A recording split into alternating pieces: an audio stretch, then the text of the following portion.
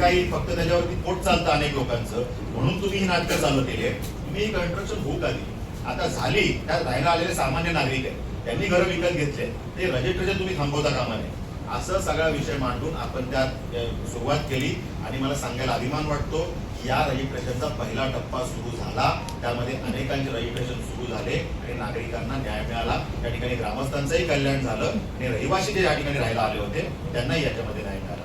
दुसरे 2 टप्पे यामध्ये आहेत. अजून त्याच्यावरती माझा संघर्ष सुरू आहे की नैनानी टीपीएस मधून वगळलेला जो भाग आहे, नैना तिथे प्लॅनिंग करणार नाहीये, तिथे तुमचे आग्रह काय की आमची सीसी घ्या.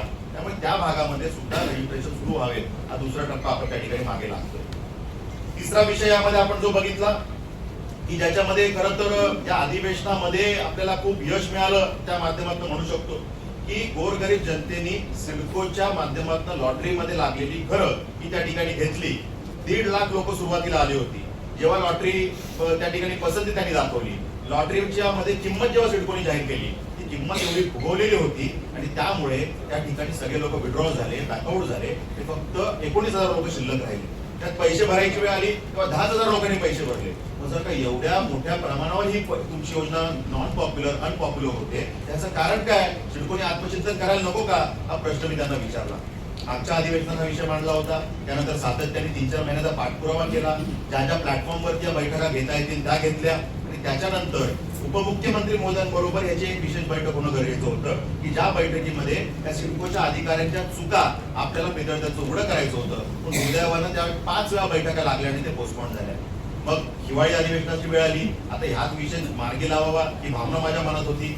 मला त्या ठिकाणी विधान भवनात एंट्री करतानाच काही निदर्शनं करावी लागली आणि ज्या पद्धतीनं आपण एका अग्रेसिव्ह मोडवर गेलो, दुसऱ्या दिवशी ताबडतोब उपमुख्यमंत्री महोदयांना ती बैठक त्या ठिकाणी त्यांनी आयोजित केली आणि त्या बैठकीमध्ये सिडकोचे सगळे अधिकारी बोलवून घेतले.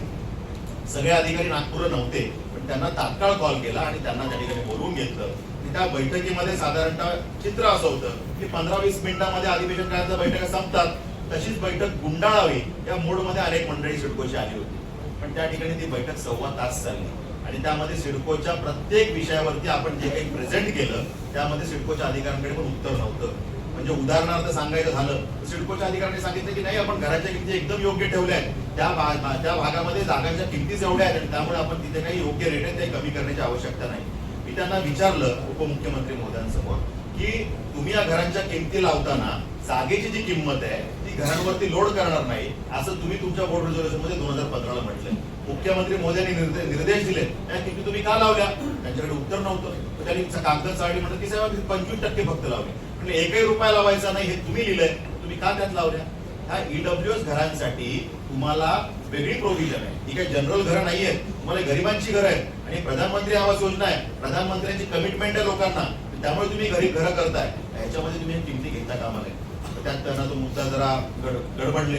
दुसरा विषय आपण त्यांना सांगितला की हे जे काही डीपीआर तुम्ही सबमिट केले प्रधानमंत्री आवास योजनेला केंद्राला, त्याच्यामध्ये तुम्ही म्हटलंय की या घरांच्या किमती आम्ही 20 ते 30 लाखाच्या मध्ये मर्यादित ठेवू. या किमती कशा काय 50, 60, 70, 80 लाखाकडे गेल्या? काय कारण आहे?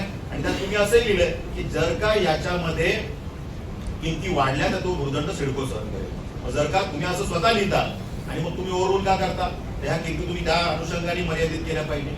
तिसरा विषय त्यांना आपण सांगितला की तुम्ही जनतेच्या पैशाचे कस्टोडियन आहे, तुम्ही काय प्रॉफिट मेकिंग ऑर्गनायझेशन नाहीये, तुम्हाला प्रॉफिट कमवायला अधिकार नाहीये. 14,000 करोडचा तुमचा जो फक्त कन्स्ट्रक्शन खर्च आहे, 28,000 करोडची सेलिंग कॉस्ट तुम्ही घेता लोकांकडून. कशासाठी? काय गरज आहे? तुम्ही नो लॉस नो प्रॉफिट मध्ये काम केलं पाहिजे ही तुमची भूमिका आहे. आणि तुम्ही तर स्वतःच्या पैशाचं व्याज लावण्याचंही काम त्यांनी केलंय. म्हणजे जे काही कंत्राटदारांना पैसे दिले गेले, सिडकोच्या माध्यमातून दिले गेले, ते जनतेचे पैसे आहेत, त्या पैशाचं व्याज सुद्धा आकारण्याचं काम हे त्यामध्ये केलं होतं. आपण त्याला जाऊन विचारला. उपमुख्यमंत्री महोदयांनी हे सगळं बघितलं. त्यांना त्या ठिकाणी सिडकोच्या अधिकाऱ्यांची कीव आली आणि त्यांनी सांगितलं की एक आमचा आमदार इतका अभ्यास करून तुमचीच कागद तुम्हाला दाखवतोय, तुम्हाला थोडं काहीतरी वाटलं पाहिजे, तात्काळ या विषयावरती पुन्हा काम करा आणि या घरांच्या किमती कमी करण्यासाठी काय करता येईल ते करून माझ्याकडे या. हे निर्देश त्यांनी दिले. मी त्यांना हेही दाखवलं की ज्या पद्धतीने त्याला मोठं बीओटीवर बांधा वापरा आणि हस्तांतरित करा, त्याला जर का ते 30-40 वर्षासाठी आपण देणार आहे तर तो त्याच्यामध्ये काय गणित जोडतो की आता हे बांधणार आहे मी तर मला यात खर्च किती, पण हे करून मला हे पैसे मिळणार आहे 40 वर्षांनी तर मला त्या लागण्यासाठी लागणारं व्याज किती, मग मी आता किती बांधकाम एक्स्ट्राचं करू जेणेकरून त्यात काही गोष्टी भाड्याने देऊ किंवा काही गोष्टी मी त्या ठिकाणी इतर गोष्टी करू त्या मला मिळणाऱ्या भागामधून रेव्हेन्यू कमवू शकतो. हे मॉडेल बीओटी असतं आणि मग हे करताना हाईट वाढवावी लागते, त्यात कॉन्ट्रॅक्टरची चुकी नाहीये, पण मॉडेल पीओटी असल्यामुळे हाईट रेस्ट्रिक्शन मध्ये अडकून जातं. त्यामुळे त्या मॉडेलला जर आपण बदललं, पीपीपी केलं तर हे होऊ शकतं आणि म्हणून त्यासाठीचा पाठपुरावा आपण सुरू केला. आता सिडको ही सरकारी